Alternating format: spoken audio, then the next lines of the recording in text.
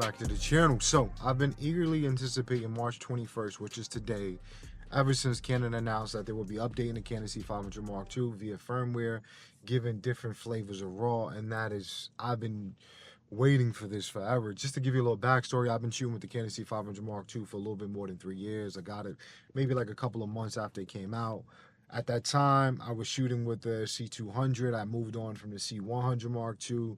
I was in the market to upgrade, and what I looked at with the C500 Mark II, honestly, I was thinking about a red. And then the C500 Mark II was announced, and kind of like when I first started my cinematography journey, what I mean is like started off with DSLRs, T2I, 7Ds to 5Ds, and then I made my jump to the C100 Mark II. But at the time I made my jump to the C100 Mark II, I was debating about getting the Red Scarlet.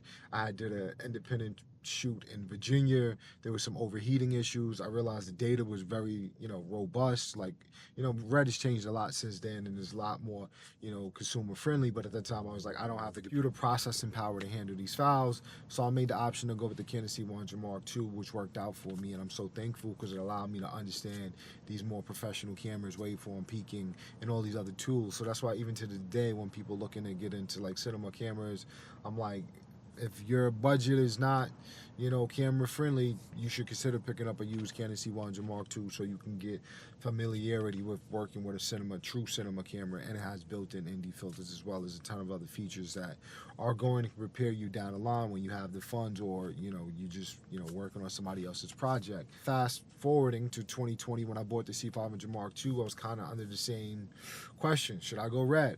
And at that point in time, I was like, you know what? C500 Mark II dropped. I got 10 stops to built-in ND filters. I got 5.9K RAW, 12-bit.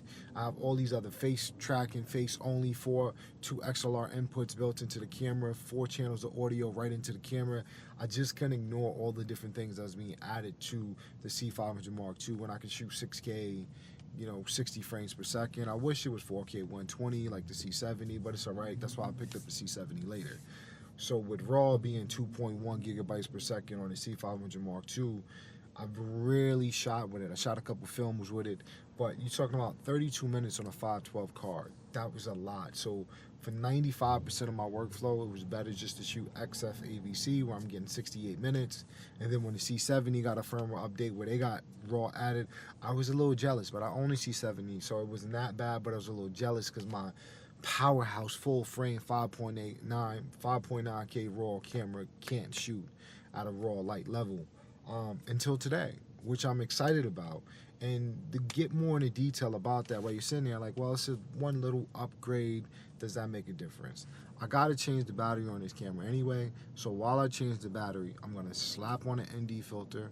I'm gonna slap on the same 24mm. Well, this is the Canon RF 24mm 1.8, but I'm shooting at a 5 stop because there's so much light coming in. So I'm gonna change up the ND filter. I'm gonna slap on the Sigma 24 1.4, and then I'm also gonna put on the DJI mic. And you tell me, with the little tweak to audio, the little tweak to an ND filter, is it a big difference in change? And then I'm gonna continue this whole video because there's so much to talk about. Okay, so I'm back. Hopefully you can tell the difference. I swapped up the lens. I have a Sigma 24mm on right now. I have an ND filter of 8 stops on. We're shooting at an f1.4, and I took the ISO down to compensate because I wanted to completely blow out the background with a shallow depth of field. Now, if you're watching this and you're like, you know what, I thought the other footage looked good, but I can see what he means now. I wanted to give you that parallel to make you understand the difference of now being able to shoot RAW 12-bit at such a small file size. It's one of those things, the XF AVC 10-bit out of the C500 Mark II, as well as the C70 and the other cameras that can do it, is a really good image, right? It's a beautiful image. But with that being said, when you shoot 12-bit, you shoot RAW, you get the flexibility and all these other things, it's kind of hard to go back. If you haven't shot RAW and you're watching this video, you're probably like, I don't think it's that big of a deal.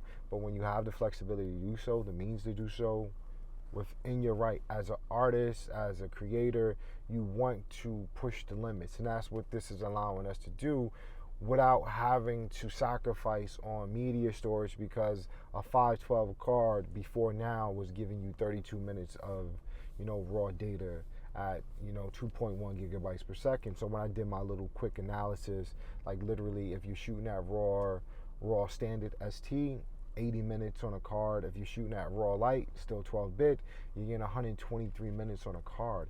You know what I mean? That's literally, you're going from raw 12-bit 32 minutes to now raw Lite, still 12-bit codec, everything 5.9K, and having a manageable file size. So that changes up the game significantly. And if you're watching this video, I'm gonna put chapter markers in below. What I'm gonna do is I'm gonna have a section for if you want to understand how to do the firmware update. You can check that out, look down below, skip ahead if you need to. So right now I'm gonna have someone who is a little bit more in depth than me explain to it. They put a video up. I'm gonna insert that in right now so you can watch that video and understand the importance of what you could do with raw in a more technical sense. So Cinema Raw Lite is a fantastic codec to actually work with. There's just so much data inside of it. It's incredible. You can really push the signal wherever you want to go. But the key thing is it's at the same time also a very low CPU load codec, which means that it can play back very easily. You can scrub through it very simply, even on a laptop, which is kind of incredible really. Those two things are kind of the holy grail. Lots and lots of data, but lightweight enough to edit with a laptop. So we've really got a codec that opens up a lot of avenues to us. In terms of the amount of data inside it, we've got quite a few key sort of indicators, if you like, that indicate that this is a codec that we can push quite far if we need to, which opens up all kinds of creative avenues if we want to really push a heavy look into the footage. So for example, this is proper Bayer pattern information straight from the sensor. Even though it's Canon Raw Lite, it is still the raw information from the sensor at full RGB, so 444, no chroma subsampling whatsoever, no spatial compression, no temporal compression. The footage that you get from drones and GoPros is much harder to edit and work with than Cinema Raw Lite. It's 10 or 12-bit. And to give you some idea, we're talking about 1 billion if it's 10-bit or 68 billion if it's 12-bit colors available to us. So Canon cinema gamut is, well, bigger than the actual human eye can see in terms of color response. So we've got a huge number of colors that we can capture within a very large gamut, which means that we can go anywhere. It's much larger than Rec 2020, it's much larger than obviously Rec 709, P3 and any other gamuts that we might be delivering to.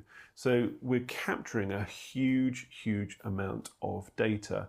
This really large gamut gives us any number of options for deliverables, from SDR to theatrical to HDR, Rec 2020 and beyond, because who knows what might come in the future, what standards might come along. We're capturing such a large gamut here in so many colors, we're to a certain extent future-proofing ourselves depending on what deliverables might be an option in the future. So there's a huge amount of color information inside these Cinema Raw Lite files. I'll put links down below, but there's been so many great videos done showing comparisons. Someone put the C500 Mark II against the Sony Venice, which is a $50,000 camera, compared to the C500, which is originally a $1,599 and right now it's selling for $1,099. I'm excited.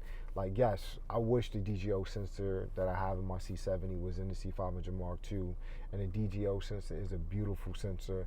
But with that being said, when we pixel peep in and put the C70 up against the C500 Mark II, C500 Mark II is going to win, in my opinion. Dynamic range, image quality, it's a full frame sensor, and you could use the focal reducer on the C70, but it's still not quite the same look. Being able to get that 12-bit, put it right in the camera, be able to change ISO, color temperature right on the fly, just gives you a lot of more flexibility in changing things, So it's exciting time for Canon users, Like, I know Nikon acquiring Red is exciting. They got a Sony mount. There's going to be like a three-way partnership. But seeing this move made by Canon, because as much as I love Canon, they tend to leave one or two things out and wait for the new iteration of that camera or the new flagship, the new flagship camera to come out. To add that, they didn't hold back with the C500 Mark II. The firmware updates we've got with the C70 and C500 Mark II is welcomed. And I think it's going to extend the life of the C500 Mark II based on the things that you're able to do. With that being said, there's no such thing as the perfect camera. It is what is the perfect camera for you, your situation, and where you at right now. Don't go broke trying to keep up the Joneses, even though I am a Jones. Just do what you do. Stay creative. Be courageous. and get on your grind.